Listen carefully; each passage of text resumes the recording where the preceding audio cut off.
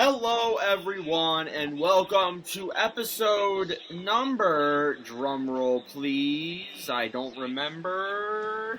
I should know 30 this. something. It's not 30-something. 45 Oh shit, I was of the off. NordCast. It is Thursday, February 8th, 2024. Sorry for that, by the way. I am your host here, Nordic 97, joined with Carter, who's in the car for this Hi. episode. So, car episodes with Carter. That's what we're calling this episode today. This is car talk. Car talk with Carter. So, if you guys watch the 32 Thoughts podcast, Elliot Friedman a lot of the time is in his car. So, Carter, minus the good looks, Minus the good insight, minus the NHL expertise. minus just about everything you need to be an NHL insider. He's Elliot Friedman for today's show. I wish. So, anyways, there's no denying it's been a while since we were last recorded an episode. The last episode we uploaded was January 5th. So, it has been a good while since our last episode. And that was mainly because me, Carter, and Jack had a very busy month of January. There were a lot of weeks where we would either forget to record, or we would have work, or we'd have hockey. Things have been very busy, but now, at least for me, things are starting to die down a little bit, so now we have more time to make videos and episodes. So from now on out, there will be episodes posted each week, whether it's with me, Carter, or just anyone. We're going to get an episode out somehow, some way. We're going to stick to that now. But anyways, there is some things we got to discuss in regards to trades and other news and other things in this episode. So let's just get straight into it here. We're going to start off with the trades. Now, the trades happened last week, so they're a little bit outdated. I think as of today, the Lindholm trade's about over a week old. So obviously, that's outdated. But I figured that it'd be a good idea to at least go over it now, so then that way our opinions are out there and, all that good stuff. So, if you haven't seen the Lindholm trade, which I'd be pretty shocked if you haven't,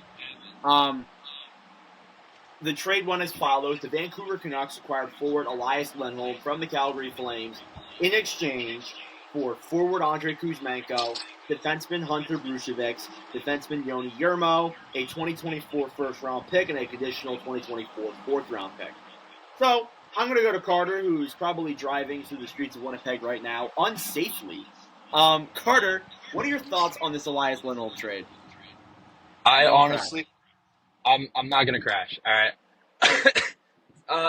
Fuck. Sorry. Anyways, I think that this is honestly kind of a win-win for both teams. I think, right now Calgary's in that spot where, they're not out of contention so much, but they're not, at the top. They're not in a rebuild. They're at that mediocre stage, right? So they get a first-round pick, which is huge for them to get.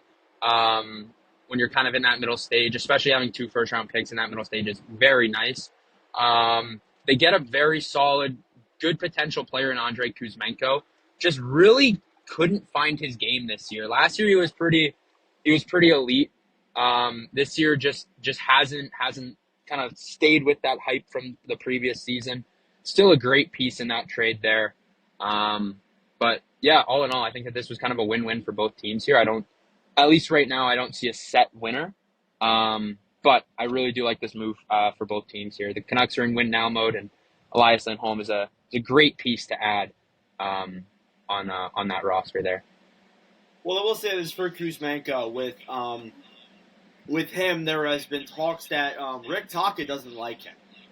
So that's been the biggest thing that we've heard since the trade unfolded, which doesn't really surprise me. He was scratched out of the lineup a lot. And there were rumors, even in December, that he was going to get dealt, and yeah, eventually happened. But overall, a very solid win-win deal for each team. You look at Vancouver; they're trying to buy in, they're trying to get a solid top six winger, and you see Lindholm out there, who honestly, and center, not winger. I know, I just realized I said that. You see that the center market is not that strong. It isn't that strong of a market out there, so obviously it's no surprise that they go for the best guy available, and they went for the best guy available with Lindholm. It's a good deal. With Calgary, they made Yeah. out pretty well with their assets. They got very solid forward Kuzmenko, as I said. Brucevic is looked at as the Adam Fox of the OHL, which is very interesting. Yermo, probably a BC level prospect. Then a first round pick's always great, no matter who has it. So definitely a win-win trade overall. If you had to give Yeah. grades on the trade card, or like A, B, C, or D, what would you give each Yeah. team? I feel like with kind of the spot that that Calgary's in, I think they kind of made out a little bit better. So I'll go A minus for Calgary, and I'll go B plus for Vancouver, but not like a low B plus. Like I'd give them like a high B plus. Yeah, I actually kind of agree with that. I give like Calgary an A, and I give Vancouver an A minus. I think that's very fair. By the way, for the video listeners, I don't know why I have this in my hand, but we're going to use it as a microphone today. It's a hairbrush. Anyways, the other trade that happened in regards to the trade deadline was between Carter's Winnipeg Jets and the Montreal Canadiens. So, the full trade goes as follows. The Winnipeg Jets acquired forward Sean Monahan from the Canadiens in exchange for a 2024 first-round pick and a conditional 2027 third-round pick. So we're going to go to Carter, who's the Jets fan, who's driving through Winnipeg right now. Carter, what are your thoughts on this Sean Monahan deal? It's not going well for you right now because they're losing to your Flyers. We have, since the Monahan trade, we have not scored a goal. It's only been 2 games, but that's beside the point. I like it. I think that because Monahan's a winger, right? Yep. Or no, he's a center. Yeah. He's a center. He's a center? Okay, yeah. So he was going to fit in that center 2 spot, which we definitely needed. Like even with the, like, Pierre-Luc Dubois, he's been bad this year. I'm not going to talk about him, but all I'm saying is losing him kind of sucked because we were without a number 2 center. Getting a guy like Sean Monahan as our number 2 center, I still think is a great piece. I think that, he moves the puck really well. He's got a good shot. He's got great vision. I haven't watched him in Winnipeg yet, so I haven't kind of seen how he meshes with the guys because I've just been busy, and today I've been at work and now I'm driving. But I will say I do think that it's going to take him a little bit of time to find his game here, but I think, come near the end of the season, playoff time, I think coming into the final 20-ish games of the season, I think we're going to see him turn into a point-a-game guy near that final stretch there. Yeah, I look at Monahan, and even though that you could look at this from the outside and say that, yeah, it's an overpay, it really isn't. It's a seller's market, first of all. And second of all, when Elias Lindholm got traded, I think a lot of teams saw that the center depth in this trade market was very shallow. There isn't a whole lot of centers out there to go around. So, obviously, they started calling Montreal a lot. And Winnipeg was the lucky team that got Monahan. So, I don't really blame it on that because, again, it's a seller's market. But I give huge credit to Montreal for, as a team, they pretty much when, they got Monahan, they got him for a first-round pick from Calgary. Then he comes in, plays pretty solid 2 years, got injured in the one, but played solid this year. And now they get another first-round pick for him. So Yeah. They have 4 first-round picks in the next 2 years. I think that is very impressive.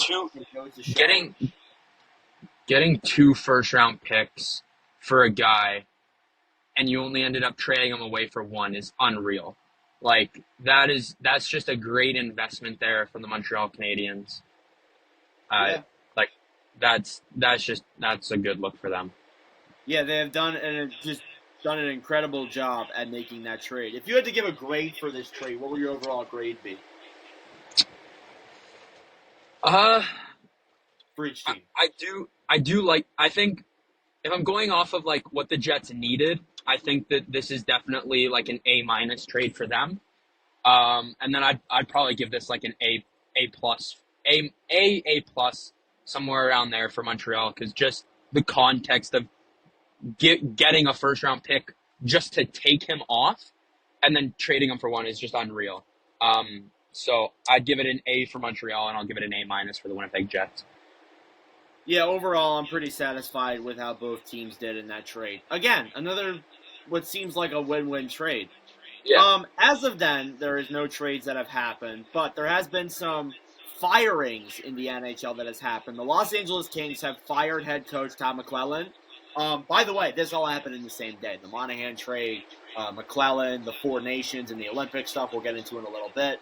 But the Kings fired Tom McClellan after having a 3-7-5 month of January, going from a team that was looked at as a pretty solid second Pacific team, and McClellan looking like a Jack Adams winner, to a battling for a wild card spot, and now McClellan's gone. So Carter, what are your overall thoughts on the McClellan firing, and is it going to hurt or help the LA Kings? I will be honest, I do not have a lot of thoughts on this because I feel like he kind of started off proving that, like, this was an elite team. And then all of a sudden, these guys that he brought in just stopped producing. Like, Pierre-Luc Dubois started off the season, like, not unreal, but he started off pretty decent. And then he just fell off the face of the earth. He just did nothing. So I'm not sure what the main issue is there. I'm wondering if this also had a little bit to do if McClellan lost the locker room at all. Because in sports, that's just a big thing. Is if your coach loses the locker room, you are screwed. We saw this in the NBA with the Milwaukee Bucks. Like, they were in first place, and then they fired their coach, and it was all because he just didn't have the locker room. And so I don't know if it's because the Stars weren't performing well and they got to be like, hey, well, we got to do something here, or if he just ended up losing the locker room. So I think it's going to come down to one of those two things if we ever end up finding out what it was. But I think he might have ended up losing the locker room a little bit there because guys they were voicing their opinions out to the media about guys in the locker room there too. So as a coach, you kind of want to bring your guys together and not have them bicker at each other to the media, out to the public, because that's just not a good look for your team and not a good look for you in general there. So in my opinion, I think he might have lost the locker room, but again, that's my best Elliot Friedman impression there. Oh, Kyle Connor scored 4-1. Yeah, I can tell. You keep looking at the car, looking at the road. You're looking just like him. Exactly. Yeah, I think a lot of it does play with the fact that he lost the room. I think that he's a good coach. He's accomplished a lot. He took an LA Kings team from a team that wasn't looked at making the playoffs in 21-22 to a pretty solid playoff team in the same season. This year, though, it does feel like he kind of lost the room a little bit. It feels like a situation with Paul Maurice in Winnipeg, where he pretty much lost the room. And sometimes that happens when a coach is in a place for long enough, which, by the way, McClellan was there since 2018.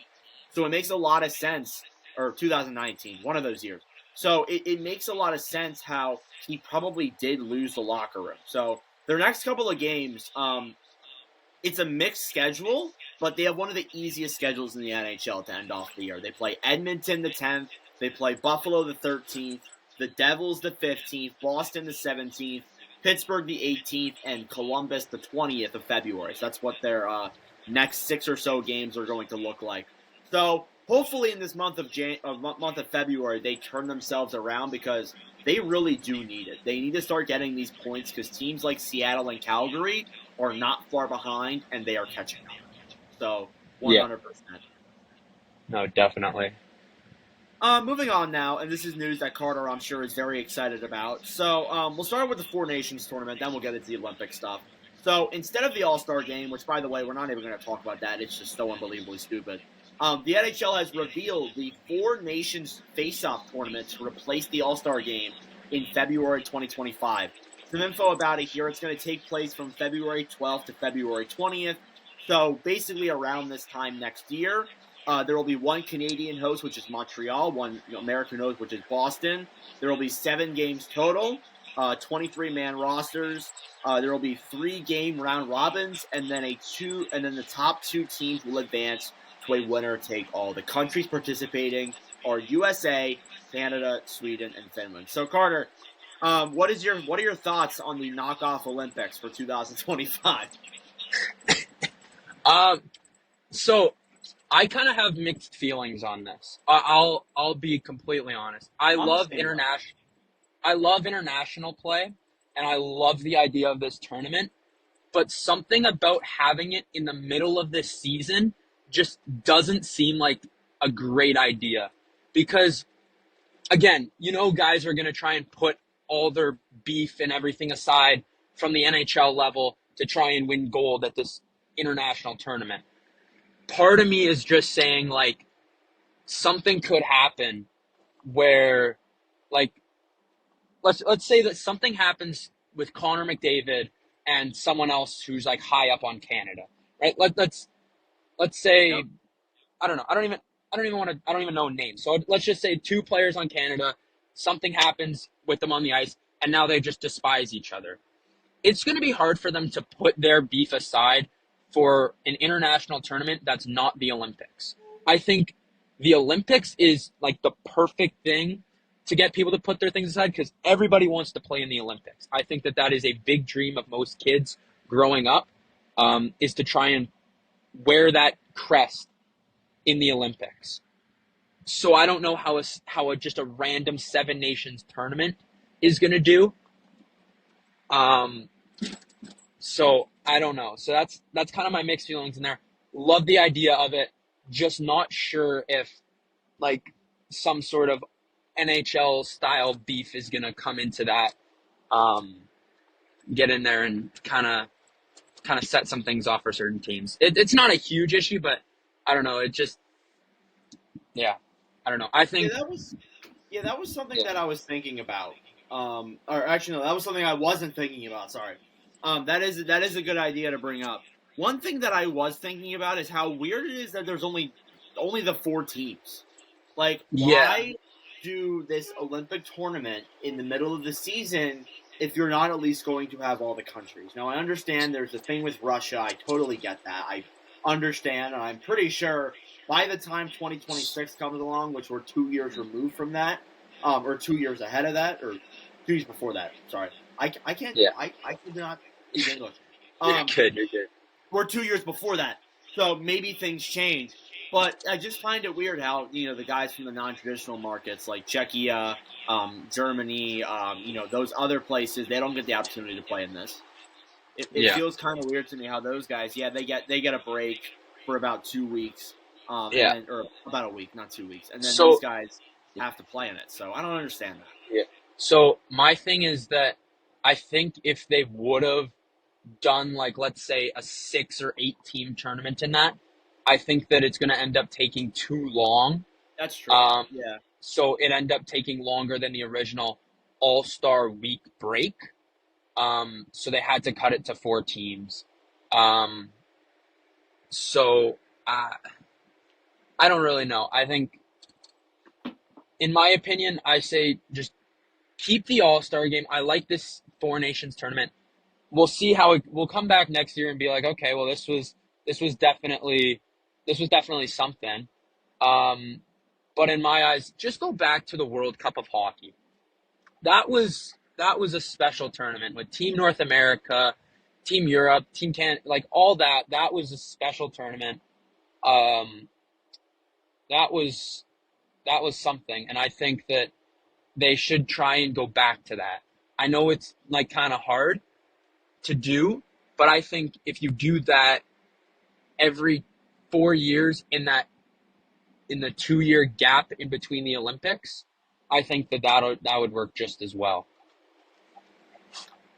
Yeah, I do agree with that. Well, after that, the year after the 2025 Four Nations tournament, the NHL will return to the Olympics as they have It's agreed about on a time. deal for the NHL players to head to the Olympics for 2026 and 2030.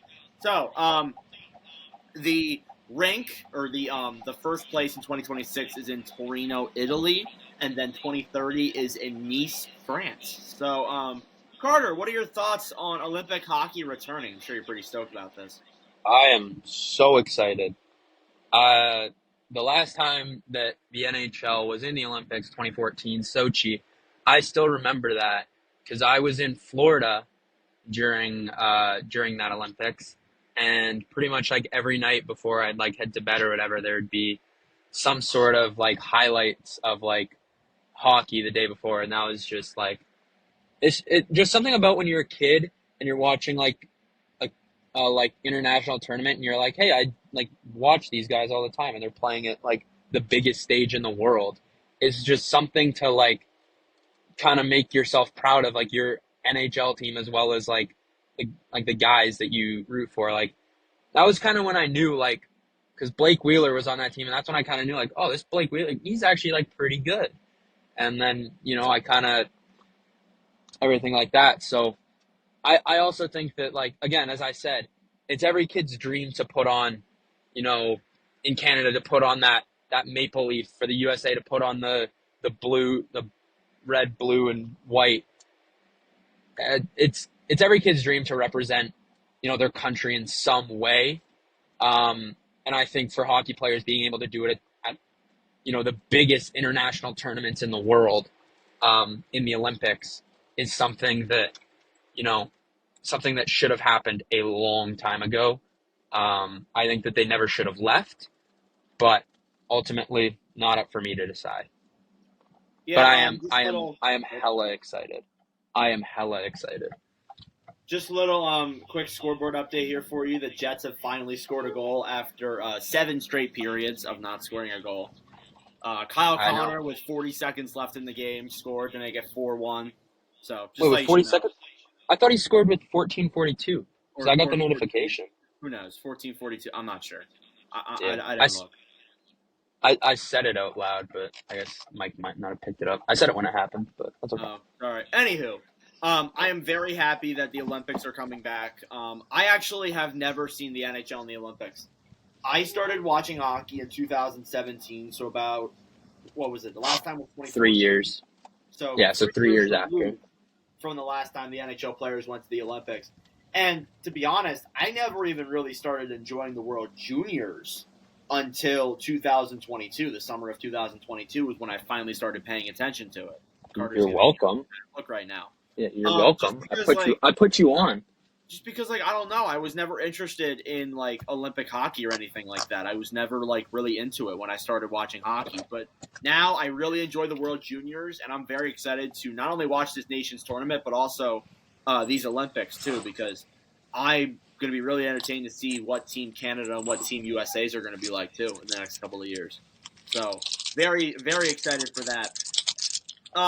In other news, some quick news here before we end off this episode. Is Carter, I think, opening up food.